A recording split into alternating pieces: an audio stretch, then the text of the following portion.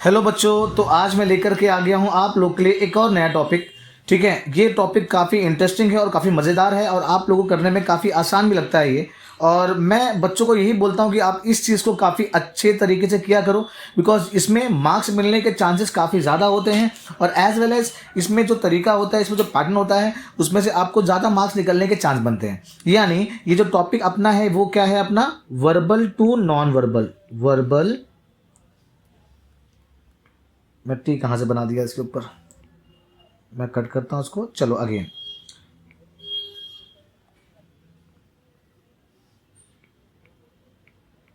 Verbal to non verbal.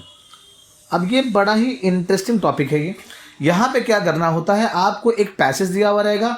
With the help of that passage आपको एक mind map या एक ट्री डायग्राम जैसा आपको बनाना होगा, जिसमें अलग अलग ब्रांचेस होंगे और उसकी बहुत सारी सब ब्रांचेस भी होंगी। ठीक है, तो उसको अच्छे से पढ़ करके हम लोग को मार्क्स यहाँ पे क्या होता है, निकालना होता है। यानी हम लोग को पूरा का पूरा जो एक फ्लो चार्ट है, एक ट्री डायग्राम है, एक माइंड मैप है, वो हमको बनाना होता है इस पर्टिकुलर दिए हुए पैसेज को रीड करके। एग्जाम में ये हम लोग को 5 मार्क्स का आता है। इसमें टाइटल भी होना क्या है, बहुत ज़रूरी है। ठीक है, अब पहली बात, बच्चे क्या करते हैं, बच्चे सिर्फ ढूंढते हैं। इसमें हम लोग को ढूंढना नहीं है, हम लोग को यहाँ पे क्या करना है, रीड करके अच्छे तरीके से उसको, हमको जो इसका जो फ्लो चार्ट है, हमको उसको सारे सही तरीके से क्या करना है, उसको डिस्टिंग्विश करना है। चलो हमारा टॉपिक क्या है, चलो हम लोग रीड करते हैं इसको। कंप्यूटर्स में be classified on the basis of size, on the basis of size, mechanism and purpose. तो यहाँ पे बात किसकी किया जा रही है, कंप्यूटर की, है ना। और क्लासिफिकेशन ऑफ कंप्यूटर, तो हम लोग को ये समझ में आ जाएगा भैया कि इसका टाइटल क्या रखना है। आगे हम लोग इसके बारे में बात करेंगे। When classified on the basis, अब यहाँ पे बेसिस ऑफ साइज, कंप्यूटर के अलग अलग डिपार्टमेंट है, वो अलग अलग जगह पे वो डिवाइड होता है। अब साइज की बात देखो, whether classified on the basis of size, computers can be divided into super computers, mainframe computers, mini computers and micro computers.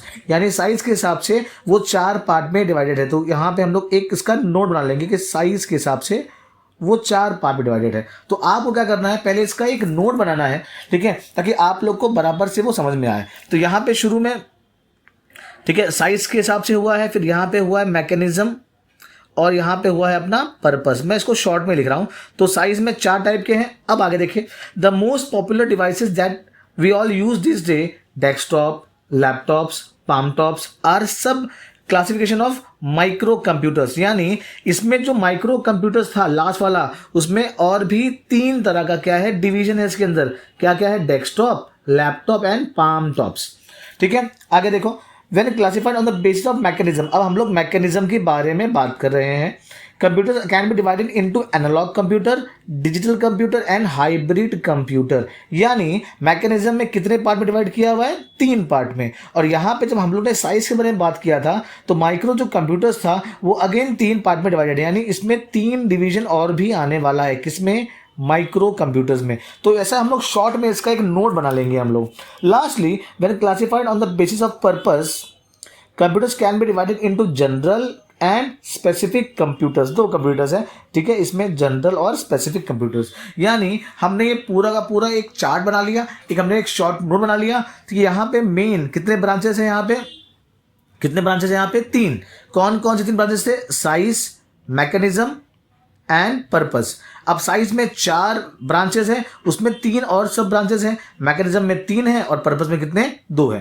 देखो, when we are going to start this verbal to non verbal, तो इसमें हमको क्या करना है मालूम है, इसमें हम लोग को देखना है बराबर से कि कहाँ कहाँ पे कैसे दिया हुआ है। And firstly we have to start with the title. Title is very very important. Title नहीं लिखेंगे तो हमारा 1 मार्क्स वहाँ पर चला जाएगा। एंड इसके अंदर नीट एंड क्लीन प्रेजेंटेशन होता है। आपको बुक यूज करना है। मेरा सजेशन तो यही है कि आप जब बुक यूज करोगे तो आप इसको हॉरिजॉन्टली ही बनाओ आप, ठीक है। उसको अगर आड़ा टेढ़ा करोगे तो प्रेजेंटेशन बिगड़ता है, टीचर चिढ़ जाएगी, फिर आप लोग का मार्क्स भी काट देगी वो। तो ये गलती आप लोग क्या करना नहीं करना, ठीक है। आया समझ में।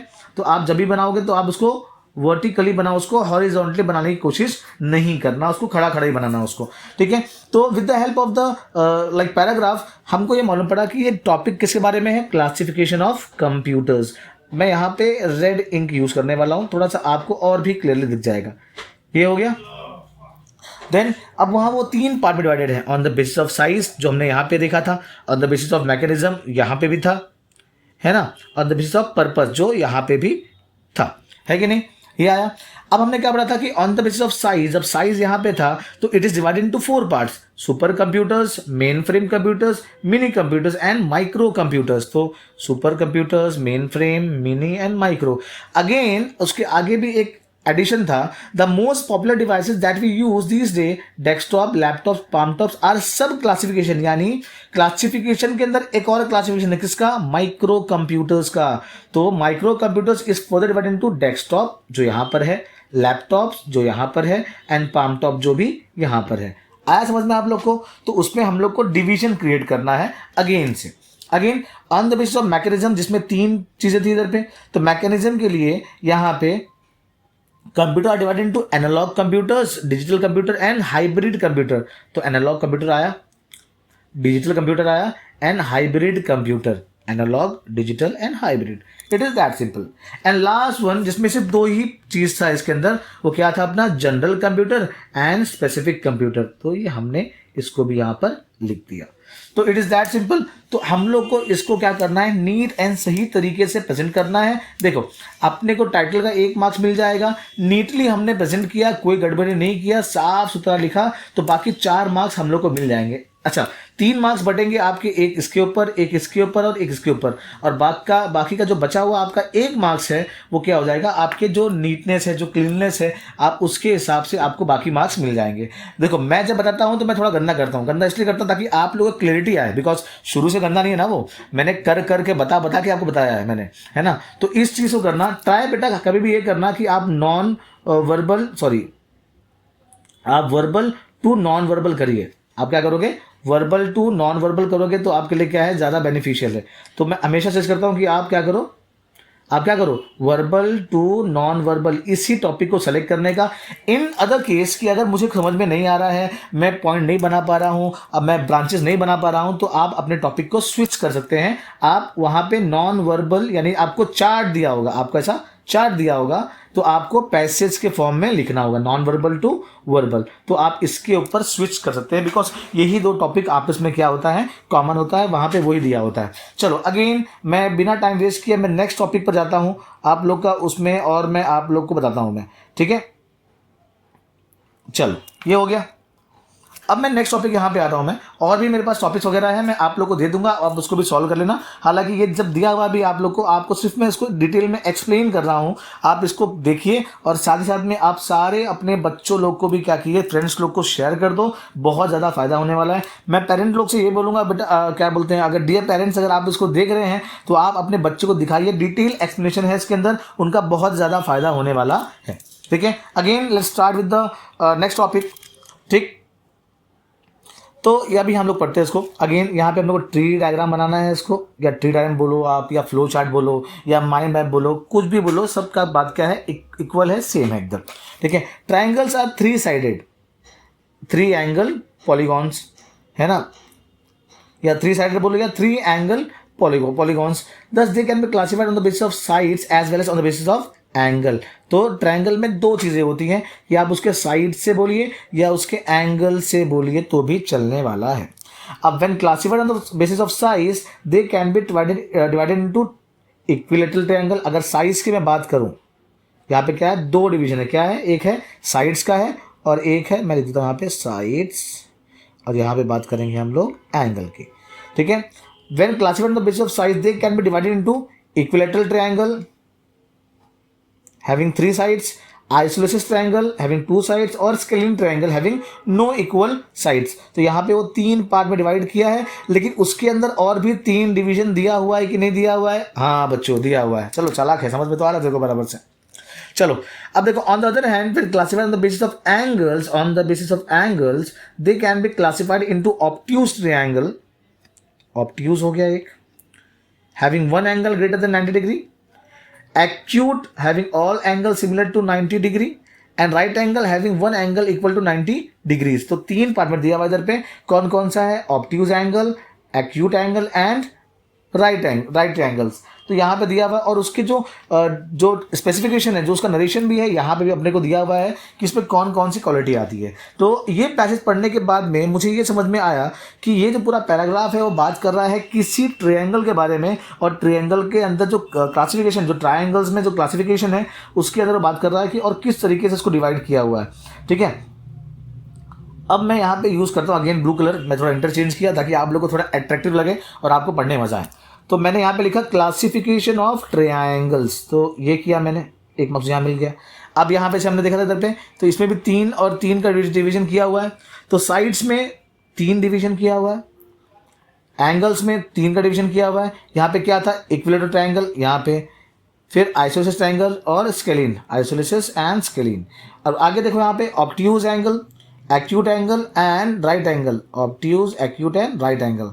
और वहाँ पे क्या दिया हुआ था, और इसका डिटेल कैलकुलेशन में they have 3 equal sides, 2 equal sides and no equal sides. तो 3 equal sides, 2 equal sides and no equal sides. Again, one angle is greater than 90, one all angles less than 90 and one angle is equal to 90. ये detail उसका explanation है, हम लोग ये कर लेंगे तो आपका काम आसानी से हो जाएगा। और ये इसको इतना ब्यूटीफुली प्रेजेंट करना है हम लोग को कि अपना जो काम है, जो अपना जो कंटेंट है वो सही से दिख करके आना चाहिए। यानी मैं ये लिखूंगा तो मुझे इस पे पूरे के पूरे 1.5 मार्क्स मिलेंगे, इस पे 1.5 मार्क्स मिलेंगे, और आपने लिखा है, कोई गड़बड़ी नहीं की है, ब्यूटीफुली प्रेजेंट किया है, तो उसका आपको 1 मिल जाएगा। यानी कुल मिला करके 3 + 1 + 1 ये हो गया आपका 5 मार्क्स। तो ये इतना सिंपल है, इतना इजी, आप इसको आसानी से बेटा ये काम कर सकते हैं। ठीक है, अब मैं थोड़ा सा और ऊपर जाता हूं,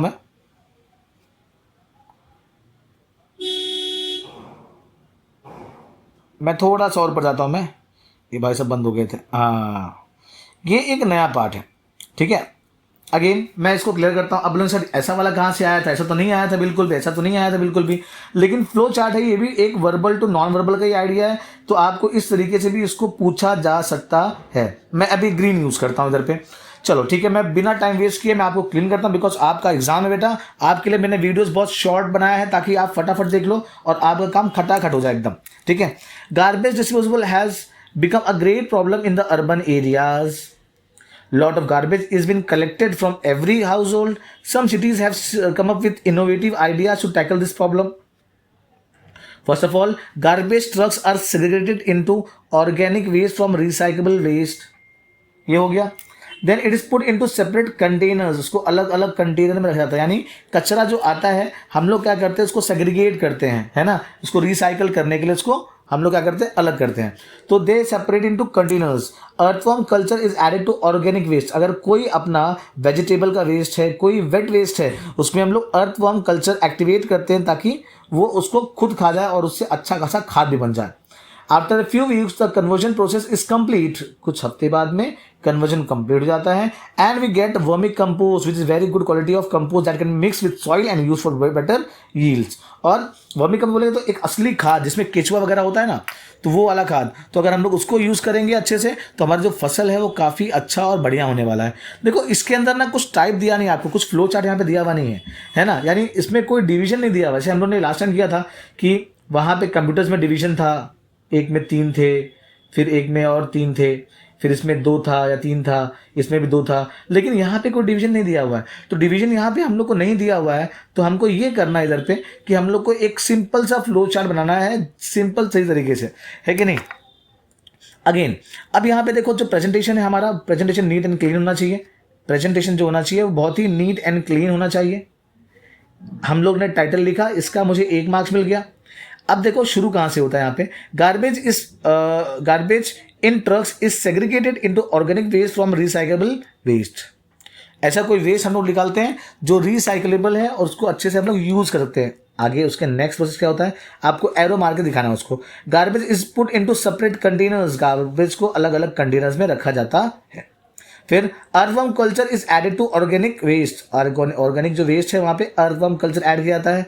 उससे क्या मिलता है हम लोग को, वर्मी कंपोस्ट मिलता है ना, फ्यू वीक के क्या बोलते हैं प्रोसेस के बाद में. फिर vermi compost can be mix with soil and use for better yields. और उस केचुआ को, उस यील्ड को आप क्या करो, मिला दो, तो आपको अच्छा खासा क्या मिलने वाला है, यील्ड्स मिलेगा. फसल आपकी अच्छी हो जाएगी और आपका काम भी क्या हो जाएगा, अच्छा हो जाएगा. आपको बाहर के जो खतरनाक जो आते हैं, क्या बोलते हैं, खाद वगैरह आपको वो लेने की ज़रूरत नहीं पड़ने वाली है। अब नेक्स्ट टॉपिक जो मैं यहाँ पे कराने वाला बेटा आप लोग को, ये बहुत ही डिफिकल्ट लगता है बच्चे लोग को, बिकॉज बहुत सारे बच्चों को सर्कल बनाने नहीं आता है, क्या रेशियो है, क्या आइडिया डिवाइड करने नहीं आता है, बच्चे बहुत तकलीफ करते हैं। इसको और स्ट्रॉन्ग करने के लिए मेरी एक वीडियो है जिसपे मैंने खुद से बुक में करके दिखाया आप लोग को कि अगर आपको पाई डायग्राम में आ गया या पाई चार्ट में अगर आप लोग को आ गया तो आपको किस तरीके से करना होगा। तो इसका वीडियो मैं अभी डाल दूंगा, तो आप वो वीडियो भी देख लीजिए, और इसको समझने के लिए आपके लिए वो वीडियो आपको बहुत ज़्यादा काम में आने वाला है। ठीक है, हो सकता है तो मैं उसका डिस्क्रिप्शन भी इस पर्टिकुलर वीडियो के अंदर डाल दूंगा मैं, आप उसको देख लेना बराबर से, तो आपके काम में हो जाएगा। ठीक है, according to the survey conducted mid town high school 30% students are stated that they were gearing up for career in the field of mathematics। कहाँ चले गया भाई? अरे मैथमेटिक्स, चलो आगे आगे आगे। ठीक है, तो 30% students stated that they were gearing up the field of mathematics, यानी 30% जो बच्चे थे वो क्या ले रहे थे? मैथ्स। ठीक, physics chemistry were found to be equally interesting at 50%, यानी फिजिक्स और केमिस्ट्री ये 15% इनका था। After that zoology, botany, commerce and economics lag behind and were opted only by 10% of all the students for each subject। तो यहाँ पे क्या हो गया आप लोग के बाद में? zoology, botany, commerce and economics ये कितना हो गया? 10-10 लिया गया, यानी 10 into 4 ये कितना हो गया? 40।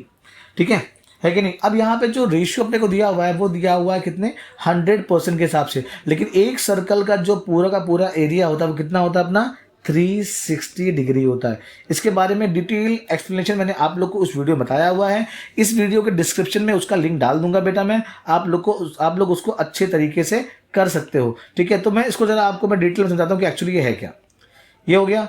अब यहाँ पे आपको दिया हुआ है कि जो मैथ्स है वो कितने बच्चे लोग ने सेलेक्ट किया? मैथ सेलेक्ट किया कितने बच्चे लोग ने? 30%, है कि नहीं? है ना? फिजिक्स और केमिस्ट्री कितने लोगों ने लिया? 15%, लेकिन 2 लोगों ने किया। और बाकी zoology, botany, commerce and economics कितना लिया? 10% है ईच, लेकिन 4 सब्जेक्ट है, कितना हो गया ये? 40। ये कितना हो गया? 30। तो अभी मैं इसको ऐड करूं तो अपना पूरा 100 बन रहा है। यस, 30 प्लस 40 ये कितना हो गया अपना? 100, है कि नहीं? तो यानी सर्कल को हम लोग 100% पकड़ा हुआ है इधर पे, और जो एरिया है वो कितना है? 360। तो हम लोग उसको डिवाइड करके यहाँ पे उस चीज़ को निकालने वाले हैं कि कितना अपने को डिग्री, 30% में कितना डिग्री बना, 15% में कितना डिग्री बना, और 10% में कितना डिग्री बना, ये हम लोग को निकालना है, करना है। ठीक है, ये चीज़ को मैं आप लोग को बताने वाला हूँ। ठीक है, उस वीडियो में देख लेंगे तो आपको क्लियर आ जाएगा आपको समझ में, इसीलिए मैंने इस पर्टिकुलर चीज़ में उसको रखा हुआ था। अगेन, तो आपके जो सब्जेक्ट रहेंगे वो अलग अलग रहेंगे, जैसे मैथ्स अलग है, फिजिक्स अलग है, केमिस्ट्री अलग है, जूलॉजी, बॉटनी, कॉमर्स, इकोनॉमिक्स ये सारे अलग अलग है। तो उसको अलग अलग दिखाने के लिए आप लोग को यहाँ पर सब एक क्या बोलते हैं, सब्जेक्ट के लिए एक अलग अलग साइन यूज़ करना पड़ेगा। आप क्रॉस लाइन मारो लेफ्ट साइड, क्रॉस लाइन मारो राइट साइड, कोई दिक्कत नहीं है। आप फुल स्टॉप कर दो, आप स्टार्स बना दो, आप सर्कल बना दो, है कि नहीं? आप डॉट डॉट डॉट डॉट कर दो वापस अगेन, है कि नहीं? आप ब्रिक्स बना दो, कोई दिक्कत नहीं है। अलग अलग तरीके से आप उसको बना करके प्रेजेंट कर सकते हैं, बिकॉज इस पाई चार्ट के साथ साथ में हर एक चीज़ का आइडेंटिफिकेशन भी होना क्या है? बहुत ज़रूरी है कि नहीं? अब अगेन यहाँ पर ये सारे क्या है? सब्जेक्ट है, तो यहाँ पे सब्जेक्ट भी आएगा, यहाँ पे आएगा title, subject opted for by student of mid town school, है ना? ये लिखने के बाद में अपने को मार्क्स मिलने वाला है। तो ये इसका 1 मार्क्स, सारे एक्टिविटी का 1 मार्क्स, और वो दिख रहा अच्छा है उसके लिए हम लोग को 1 मार्क्स मिल जाएगा, यानी 1 + 3 + 1 = 5 मार्क्स हम लोग को यहाँ पर मिलने वाला है। ठीक है, ऐसे और भी एक क्वेश्चन देखो, ये भी सेम क्वेश्चन है आप लोग का, ये भी सेम क्वेश्चन है कि नहीं? एंड अगेन ये एक आप लोग को आता है फैक्ट फाइल, मैं आप लोग को इसको करके दिखा देता हूँ मैं, बिकॉज मैंने सारे वैरायटी के चीज़ ही इसके अंदर मैंने कवर किए हुए थे। तो मैं ट्राई यही कर रहा हूँ कि ये सारी चीज़ ना आपको सही तरीके से मिल जाए। ठीक है,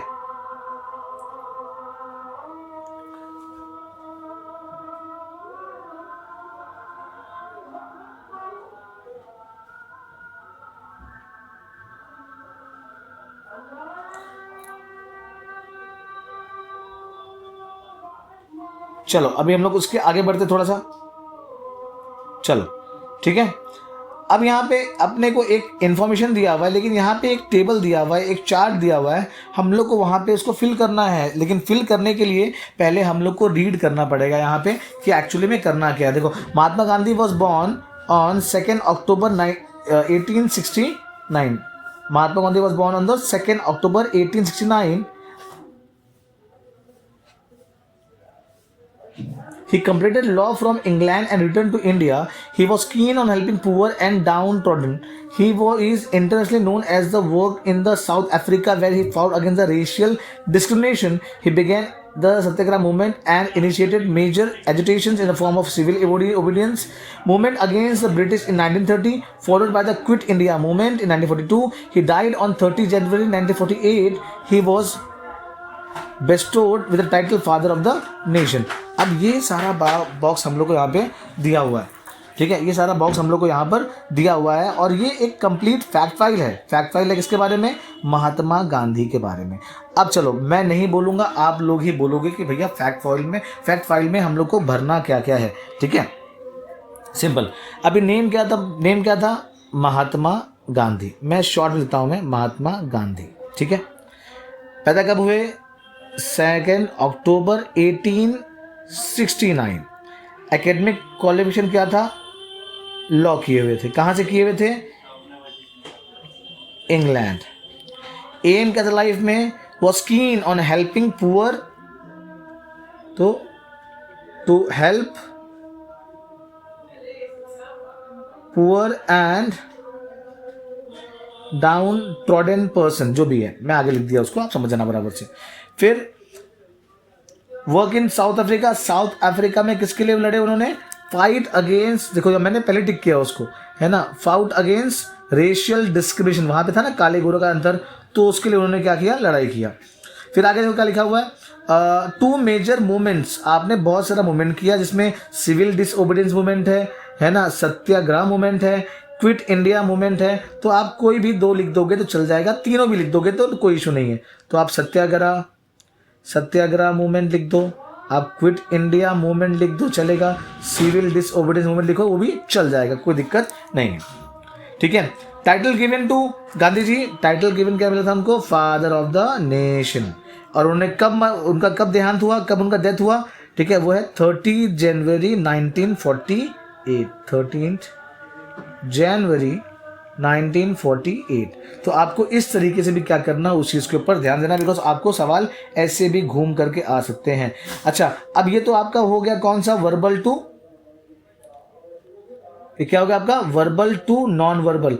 अगर नॉन वर्बल टू वर्बल आया तो आप क्या करोगे मालूम है? आपको ये डिटेल आपको दिया होगा, यानी डिटेल दिया होगा आप लोग को, आपको उस डिटेल में क्या करना है? कन्वर्ट करना है। आप लोग एक चीज़ देखे रहोगे यहाँ पे कि जो फैक्ट फाइल है किसका है? महात्मा गांधी का है। तो यहाँ पे भी टाइटल क्या है? बहुत ज़रूरी है। आप ये नहीं लिखोगे तो आपका 1 मार्क्स चला जाएगा। आया समझ में? तो इस चीज़ का आप लोग क्या करोगे? अच्छे से ध्यान दोगे, इसके ऊपर पढ़ाई करना बराबर से, ठीक है। अपना ये काम भी आसानी से निकल जाएगा, ठीक है।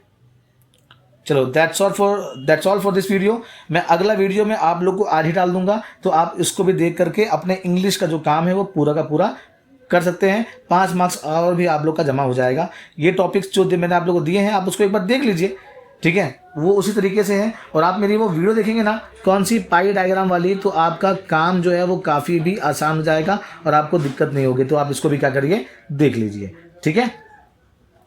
That's all for this video. Bye bye, take care, अच्छे से पढ़ाई करो बेटा, एग्जाम आ रहा है, एकदम अच्छे से फोड़ के आओ।